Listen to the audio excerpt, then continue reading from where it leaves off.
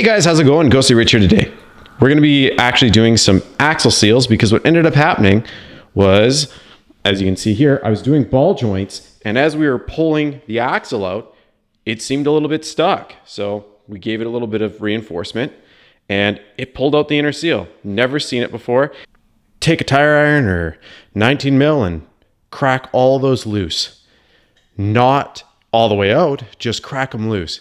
Because once we lift the axle up, then there'll be no grip on the ground and, well, it'll make it a lot harder to take off the tire. So crack all the bolts on this one and all the bolts on the other side.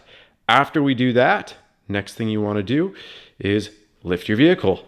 If you have a manual, don't forget to chuck your back wheels and pull your parking brake. Go ahead and jack up your vehicle just like this, right beside the pumpkin if you want. And if you look, you can put both the jack stands underneath at the same time.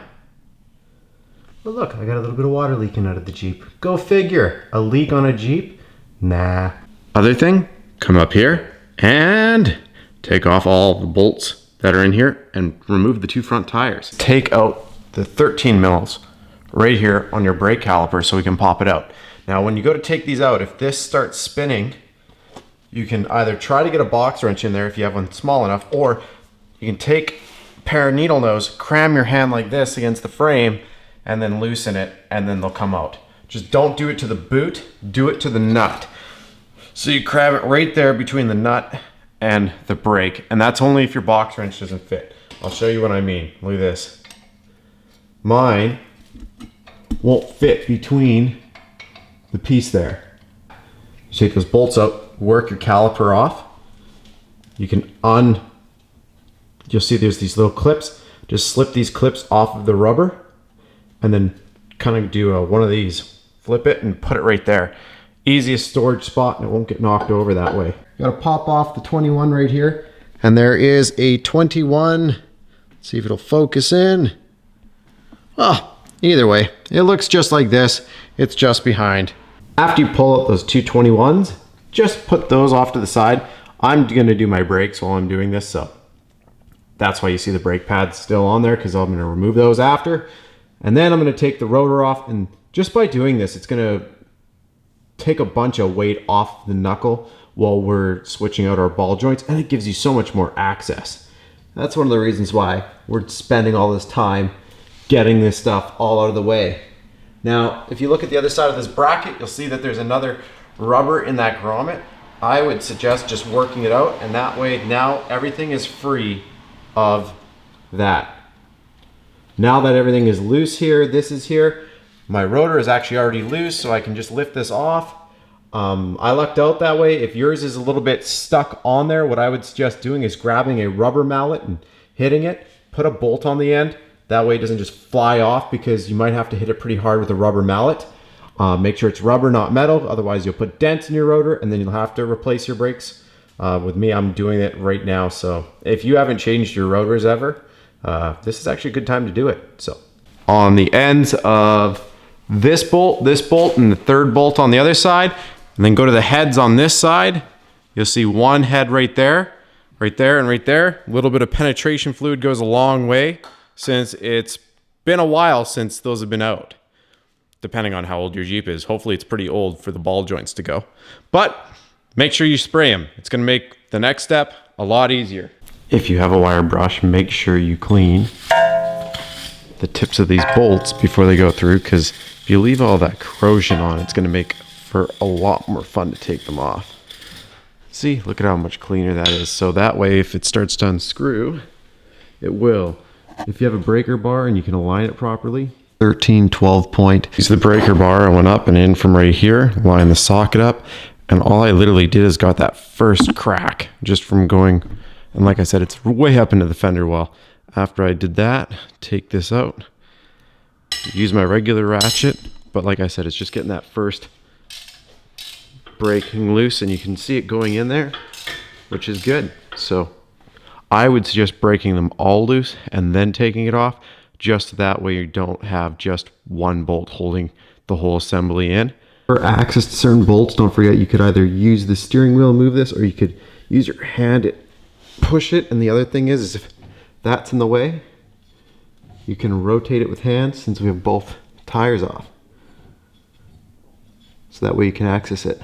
Same with the top one, you can do just like that, so you have a nice opening. Then if you get that nice and angled like so, you clean off that bolt tip, then you just lift up, oh, just like that from that angle, and then go ahead and use your smaller ratchet. You might laugh at this one, but if you can't get a hammer in there, just even like that can get that nice and flush. You want that as flush as possible. If you're not fully on there, there's a good chance you'll strip it.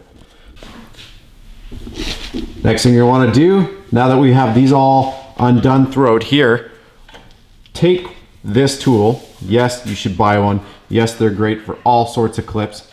Slide it in here and pull these out of there. Once you get all the rubbers out of the grommets here, next thing we got to do is go up to where it all began.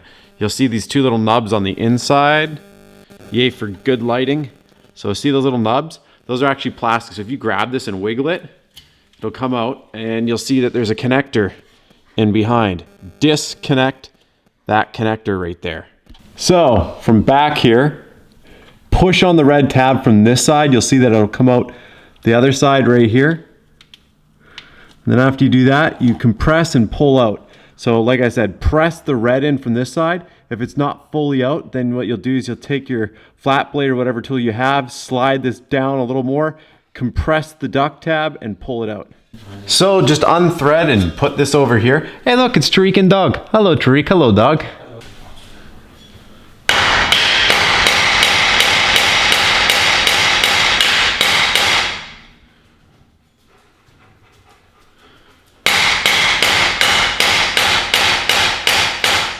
Basically, we're just sliding it back and forth so that way it comes out evenly. You don't want it to not come out evenly, so look at that. Ta-da! And then out comes the axle shaft.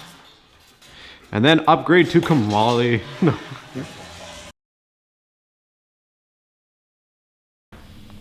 One thing I would suggest doing if you'd like to is unscrew this tie rod end from here, undo the crown, pull out your cotter pin, and hit this with a hammer till it drops out. I was in the middle of doing ball joints, so that's why my hub is off.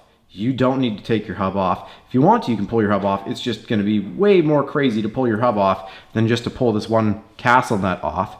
So first squeeze these two cotter pins together and then pull out the pin, unscrew this bolt, and then hit right here to separate it because you're gonna wanna reuse your tie rod end. So just smack really hard on here and it will drop.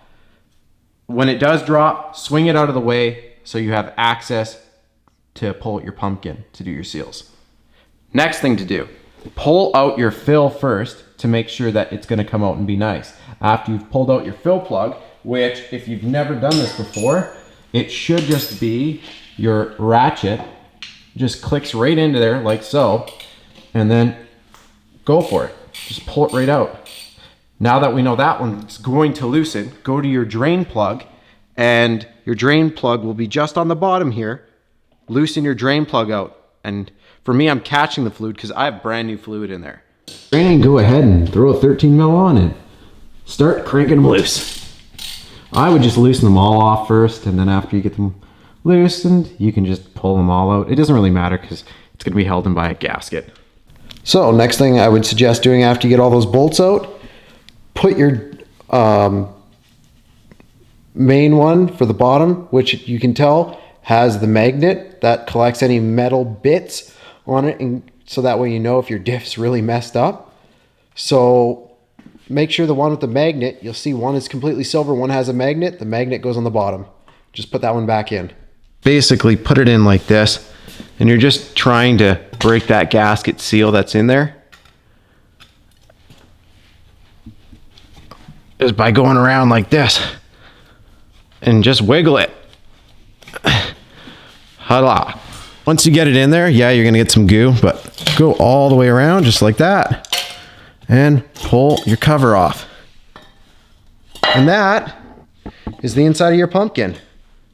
And that pretty much is gonna do nothing because it has a hole in it. But either way, get the shop rags ready, you'll be good.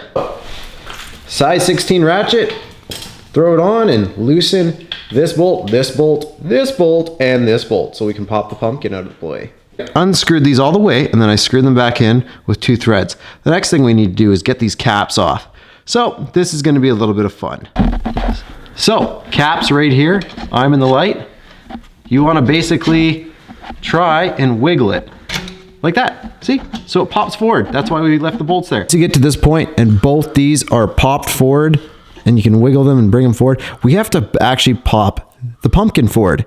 Now to do that, you can jam something in here, and then we're going to jam something in here, and what we're going to basically do is try to pry the pumpkin forward. Try to avoid all the gearing if at all possible. Anything where there's a tooth, because if you damage a tooth, you're gonna cry. You'll notice that you have those bolts on the diff.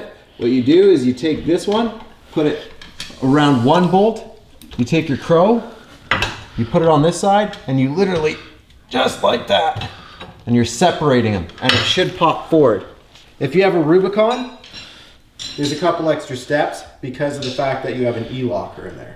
These are the bolts I was talking about. Now, the next thing we're gonna do is we're gonna pop all the cap bolts out. Make sure if you have a second set of hands, get them to hold onto it. I'm gonna be using my set of hands and a friend's set of hands because you don't want this to hit the ground. If this hits the ground and chips a tooth, it's a bad day. So literally you want someone to hold this. You wanna unthread the caps, take it and go straight to a clean area like so. You don't want anything with dirt because that is going to really suck when you reassemble and it chews the gears apart. So what you want to do is either with a marker or a screwdriver with a hammer, put a dot here and a dot here. So you have 2 dots, and then put 2 dots on the case right here. Then you know that the top is your dots, and you know that this 2 dots cap goes here. Then over here, you put 1 singular dot and 1 singular dot on the case. Then again, you know that the dot is the top and the 1 dot is on this side. This is a good reminder for if you're gonna pull this apart for any length of time, because if you don't put it together right away and you forget that, you can run into problems. When you do this and you pop it out, there's gonna be shim in here and there's gonna be the bearing race. Make sure you keep the right sides to the right sides. So pop this one out, put it here with this cap, and then take that one out, put it there with that cap, and then you have these sleeves. They're 2 different sizes. Make sure that you know which side is which. When you pop it out and you slip that pumpkin out, slip it out carefully, pull it out, put it to the side, and like I said, just make sure that you remember which shim goes where, and label it, do whatever you got. You do not want to mix those up. Now that I've stressed it enough, I'm gonna say it once more. Don't mix it up. Look at that, we have it out. Now, we can change our seals. After we get to that point, you'll see that I have this extractor piece inside, and what it looks like is I'll pull it out afterwards. I'm gonna pull out this first seal, but if you buy one of these kits, I wanna show you how it's set. So back here, usually there's a metal bar that you would turd.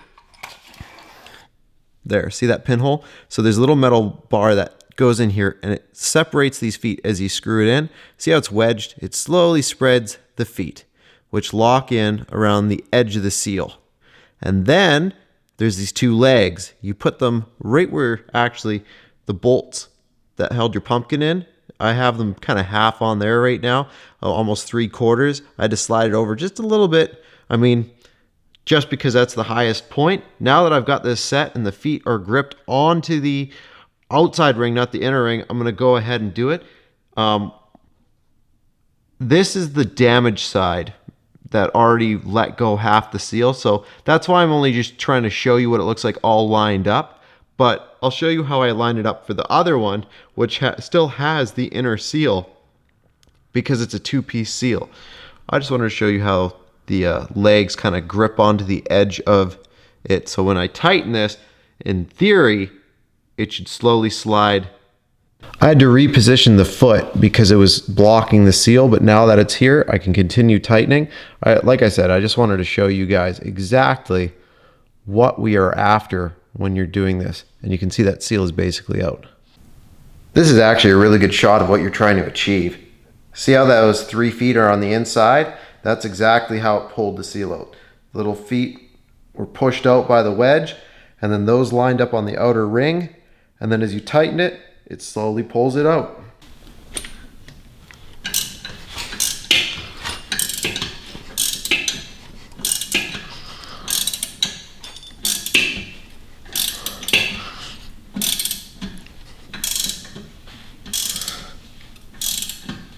Just like that.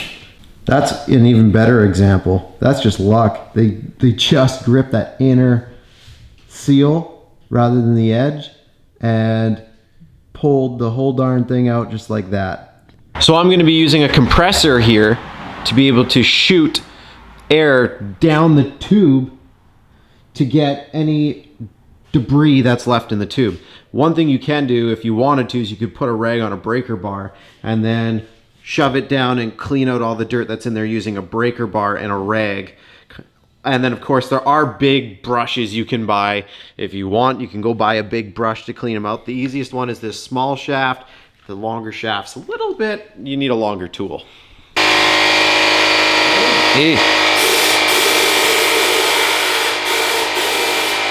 Rag, you shove it in, and you can take something like this, and you just want to, this is just a little bit too long, but you just basically want to shove that rag all the way down the tube, and then it reaches here.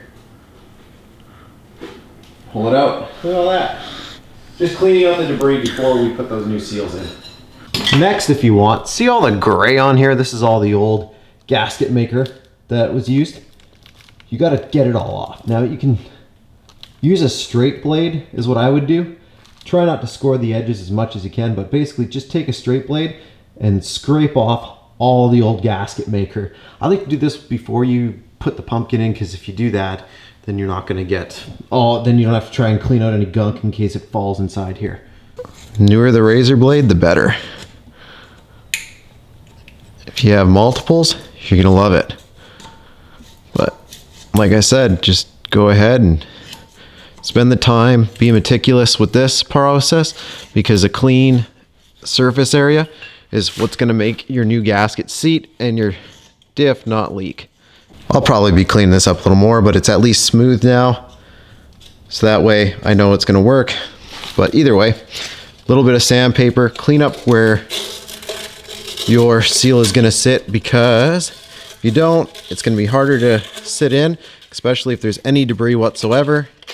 So just clean it off if you can. There's like a orange residual compound from the seal, and you wanna make sure you get that, or as much of it out as you can. So just clean these up. I like to use a little bit of sandpaper. I usually use like 1000, 1200, 1600, like really high grit sandpaper, so it's very fine. You're not looking to really sand it, you're just looking to clean it up with a little bit of something that has a little bit of grit to it. That's about it. Now that we're nice and cleaned up, let's set one of these bearings up to go in. Now, something for you. These boxes are huge. This is the part number for this axle. The box looks huge, right? But don't worry, the part inside is tiny. Ball joint set. This fits perfectly on that seal. If you have something, you could even, well, whatever you want to use, really anything you want, even if it was like a 30 some odd mil socket. We're using this because it fits so nicely. And if you're doing ball joints, or if you haven't done ball joints, you should get a ball joint kit. They're cheap on Amazon. Anyways, so we have this. This goes on. Then we have a long extension train going through the tube, and it goes all the way there. One individual holds it, and then you slowly tap the seal in. As you can see, he is holding the extension on the actual ball joint piece, which is on top of the seal, and he's aiming it, and I tap it, and he's monitoring. So every once in a while we stop and we take a look and make sure that seal is going in straight. If it isn't, then he positions it all the way around that rim of the ball joint so we can hit it in the direction it's not sitting flat in. Then yeah, so that's how it works. Just keep tapping. One sec here. There we go. So you'll see he's going to finger the piece right there, there should be no movement. See how he's able to press on it, no movement? That means... It's not supposed to come out like the way... Okay. It shouldn't come out the other way. That's basically it. It's supposed to stay here. Yeah. We did crazy stuff. Yeah. So when we were doing the ball joints, I pulled that piece out the other side, which is like pulling a rabbit out of a hat without having a rabbit. Take a look at that. That's how many extensions I used. So, I mean, I keep a lot of extensions. Hopefully you do too. And I also put my little adapter so I could use my big guys, my little guys, and I only used one of my impact extensions. I have quite a few of those too. Well, there you go. Seals are in. Like you'll see here, the orange spreads out and you can feel that it is in. Like that seal is nice and flat. And if you question if it is, just give it a couple more whacks. That's as easy as it is. And make sure you're banging on the outer ring, not the inner, because this is the actual area you want to be hitting. And yes, it's okay if you have a tiny bit of rubber movement on this axle seal, okay? So just remember, shim goes like this, and then in on that side, and then opposite on the other side, so that way your bearing has somewhere to sit. So as you can see, bearing, shim on the other side. All you're doing is sliding like so, making sure they're all like that. Rubber mallet. And this is the fun part. You need to get it back into the chases. Yeah, we'll get to that. Get this is the one dot or Yes, that's from this side. This side right here. There it is. Yeah. Is the dot up? Yeah. Perfect. Just remember your orientation. You can't have it backwards, You get bindy. which would not be good at all. And then thread. We'll Loctite this after we got the diff sorted in there. Perfect. So there you go. You heard it. We're basically using this to kind of press it back in a little bit. Just so it don't fall on my head. Perfect. And now that we have that one there. To push the diff in. So next thing that we want to do is, now that we have that sort of lined up, you can see he's lining up the shim on the other side.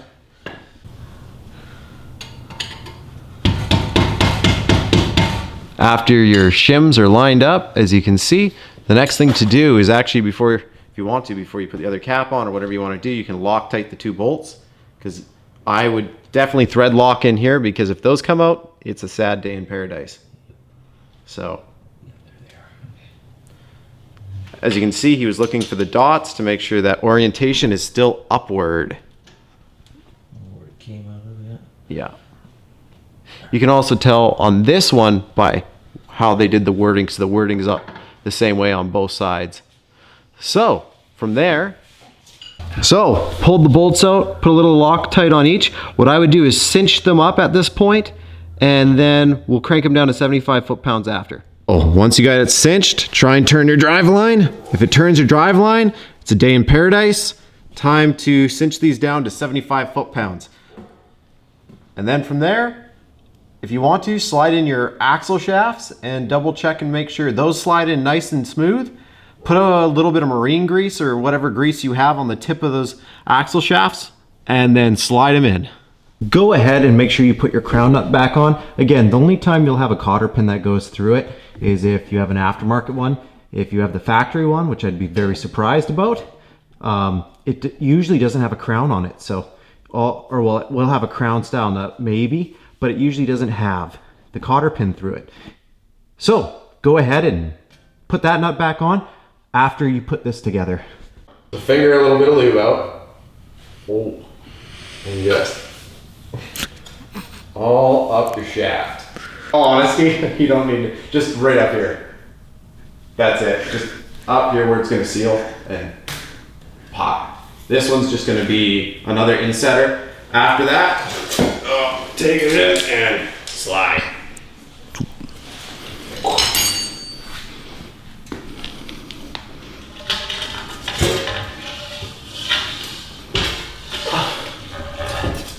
And make sure your dust shield's sitting the right way. which is like this. You can tell because of where the caliper goes. And then you lift. It's gonna take a bit of finessing, but we'll get it in. There we go. And then make sure that lines up where it should. Triangle up there. You can see the actual shape and everything. So now that we've got that, bam, go ahead and start to thread those 12 points back through. When you go to put this in, make sure a couple things. Right here, your brake caliper is on the right side. Watch how this goes. See how there's an open plate. Make sure that that's still good. And make sure this knuckle is straight dead on. That way you're not going all cockeyed. As you slide in, all we do is this and make sure that is like that, perfect. And then we're just like this. Oh, and we're in the wrong. see this? How did that See, happen? this is the fun part. Just do that. Now that we've got that there, perfect. Sandwich it up, right there. So now line up the triangle on your dust shield, just like that. Take one of those 12 points, slide it back through. We're gonna put it in there, it's through the dust shield. Now we're gonna lightly thread it in. After you've lightly started to thread this one in, just like this, go and lightly thread in all three. Don't start tightening anything yet, because if you do, trying to line up the other two will be fun. I use the red goo because I live strong wise, and also because off-road and everything else. You could use blue. Blue is fine for not high heat situations. So after you throw a little bit of Loctite on there, you're gonna slide these in. Like I said, put all three of them in. I'd snug them up with a wrench, and then if you can get your torque wrench in there, they want 75 foot-pounds on that. So after you're done tightening these and torquing them down, again, don't forget to use your steering and move it in different directions and turn this to get your torque wrench on there properly with some extensions if needed. Next thing you're gonna wanna do is, after you've tightened those all down to 75 and moved it around like you did back then, make sure that you just did what you did before, rotating the shaft and moving the steering to get a good approach angle on the bolts. Then slip this back through here and bring and follow all your joints around for the brake. Just a reminder, fully seat, and then slide the red back in for ABS. And then you can finish clipping this in right here. And like I said, now I'm just gonna zap strap this. I left these two until I put my brake caliper bracket back on. Bend the tip, bend it another, and bend it one more time. And what that allows is for you to try and bring it up and through here, just like that. Then you can grab the tip, if you don't have a camera in your hand, and pull this up. And like I said, just zap strap the back pretty much right where it was. I have a new rotor because I'm not putting those back on. And you can see Tin Man again. Don't get Tin Man on yourself. And just go along the inside right here. Majorly where the metal touches, you do not need to go. And I'm also doing this inside this bag so that way I don't get myself all messy. But Tin Man always finds a way. And maybe a little bit more. It doesn't need that much. It's literally, you're just brushing a little bit on here. So that way, future you loves you still. After we do this, close Tin Man, always close Tin Man. Put off to the side, and voila. That, so shiny. So, if you're actually worried, one thing you could do for now, if I can find one, is you could put one of your acorn nuts on just to hold this in place, just so that way there's no accidental fall-offs. It shouldn't, but still, there. Next thing, a little bit of red Loctite. Do your caliper bolts. These caliper bolts, you need to screw in from the back. like so.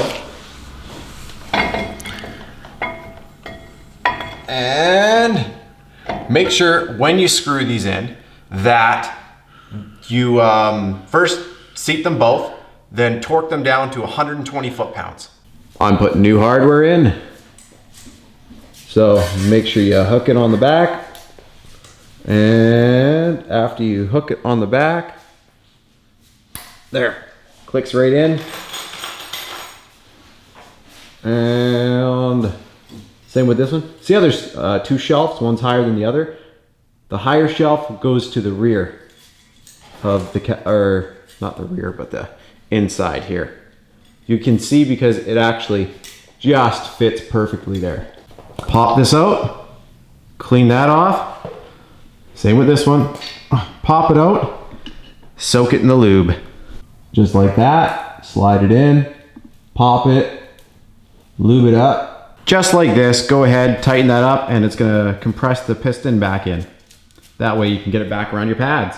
You can use a C-clamp like the thing over there, but once you get the piston down to about this point, go ahead, release it and slide it back on, and then thread in those other two screws with a little bit of red Loctite on them. Then 11 foot-pounds on those ones. Do not overcrank them, otherwise you'll be buying a stripping kit. You have to hold on to this nut. You probably won't be able to get a ratchet in here, and even if you do, not a ratchet, but a wrench, because it might be a little thicker. And if you can't, don't worry, you can just jam a screwdriver in there and tighten the nut. I actually just held it and put it at 11 foot-pounds and we were good. Now that that is done, these are at 11 foot-pounds and cranked down with a little bit of red Loctite. Make sure this is all sealed up. You click your ABS line back on here. Let's throw the tire back on and tighten those lugs down to 110 foot-pounds. So what you should do is tighten these up by hand, and then take your wrench with the 19 mil, I think it is, and hold on to the tire and crank these in a star pattern, just like this. So it's bang, bang, bang, bang, bang, or whatever. And once you get all of these tightened up a little bit, drop the vehicle and then crank them to torque. Tire is down, go ahead and torque them to 110 in a star pattern. Look at this. When you clean off your gasket maker, note the orientation of the 7. There's a 7 right here. Even though it's upside down here, notice how the 7 is that way? Come over here. If I bring this one, notice how the 7 or Z, whatever you want to say, is sideways. So you know that this one goes here and this one goes here, even though that mark is upside down. I think that was a mess up at the factory because this from factory was like this. I think someone just put that 7 upside down by accident. Either way, this is the right orientation because I did my marks. But that's why I always put my dots. When you're doing the circles here, I found it easiest to just stick this inside and turn it just to clean out the circle, just like that.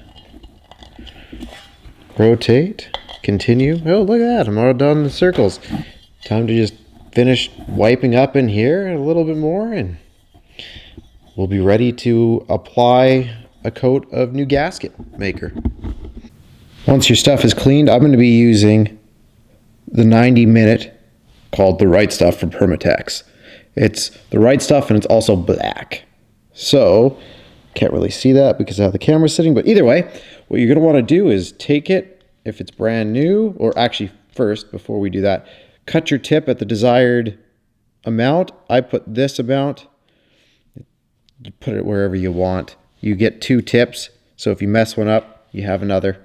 So basically what you want to do is go around this, and then within 5 minutes, so I'm probably going to hit the camera off pretty quick once I do this, go and finger tighten the bolts. What I would suggest you do is put the 4 corners in first to sink it up real quick, and then quickly do the other ones to sink it in. The rest of the way, only finger tight. After you get them finger tight, I'll tell you what to do. So, this has a poker, that's why it's sealed. Poke it. So you got goo. And then from here, put it like so, and squeeze. And you'll notice it fills up. And then start to lay your bead. Again, you can do as little or as much as you like. I like to go on the little heavier side, because even if I have to wipe it up a little bit, then I still know it's sealed. Oop. And again, you want to try and continuously squeeze so you have one singular bead. Oh, see? Sometimes a little bit of extra squeeze on the back. And if it's not continuous, don't worry, just try and connect the dots.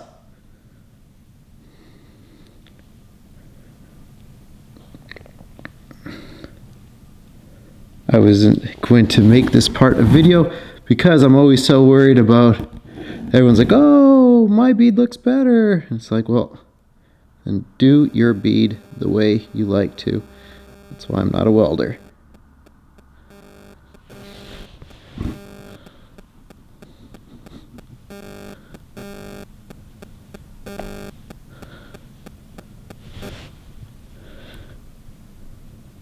I just bring this out. Now, this fast stuff is perfectly fine for drying quick and stuff. If you're using RTV black, just keep in mind it's supposed to dry for 24 hours before you fill it full of fluid. Well, there we go. Again, not the prettiest of jobs, but I'll take it. All right, so we got it there. I'm gonna go I'm gonna take a quick look, see if I want to add anything anywhere, but I think that's enough for me. And from there, go and hand tighten it on. Make sure you put the cap back on your gasket maker right away. So if you take a look, you'll see that there's a bead all the way around it. If I went around this whole diff, you would see a whole gray line, which is a really, really good thing. Now, if you get a picky bolt that won't go all the way in, go ahead, throw it on a driver if you have a driver, and just cinch it. You do not want to put any amount of torque on it, or just put it in until you see the bead come through. After you see the bead, leave it. Now, once you get to this point, leave it with this particular one. If you're using this one, for 60 minutes. Some of them might require for you to leave it longer, but this one, it's 60 minutes.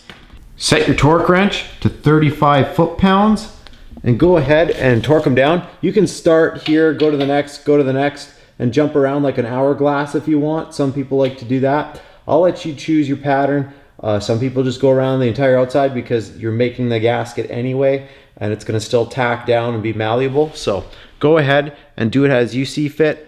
Like I said, I like to just jump around sometimes. There to there to there to there to there to there, and then you'll just make sure at the very end that you go around and double check that you've torqued them all to 35 foot-pounds. So another way you can do this is you start here, then these two, then those two, then the next two, then those two, and then that one. That's another way of setting your gasket. Again, I'll leave it up to you. I'm not too worried because once again, this is a very malleable gasket. After that, put your drain plug back in. It sits at about 25 foot-pounds, which you can easily just do with a ratchet with one hand. Just don't strip it. And then from there, come up here and leave this for right now. We're not going to fill it yet. You want to leave this for 30 to 40 minutes. I'd probably, if you could, leave it for another hour. But if you're in a rush and you just want to get it done, then just give it 30 minutes more. An hour or 30 minutes or whatever you ended up doing, go ahead and start filling it in the hole. Just keep pouring the bottle until it starts to ooze out. Once it oozes out, it's time to thread lock your cap and put your cap back in. Well, look at that.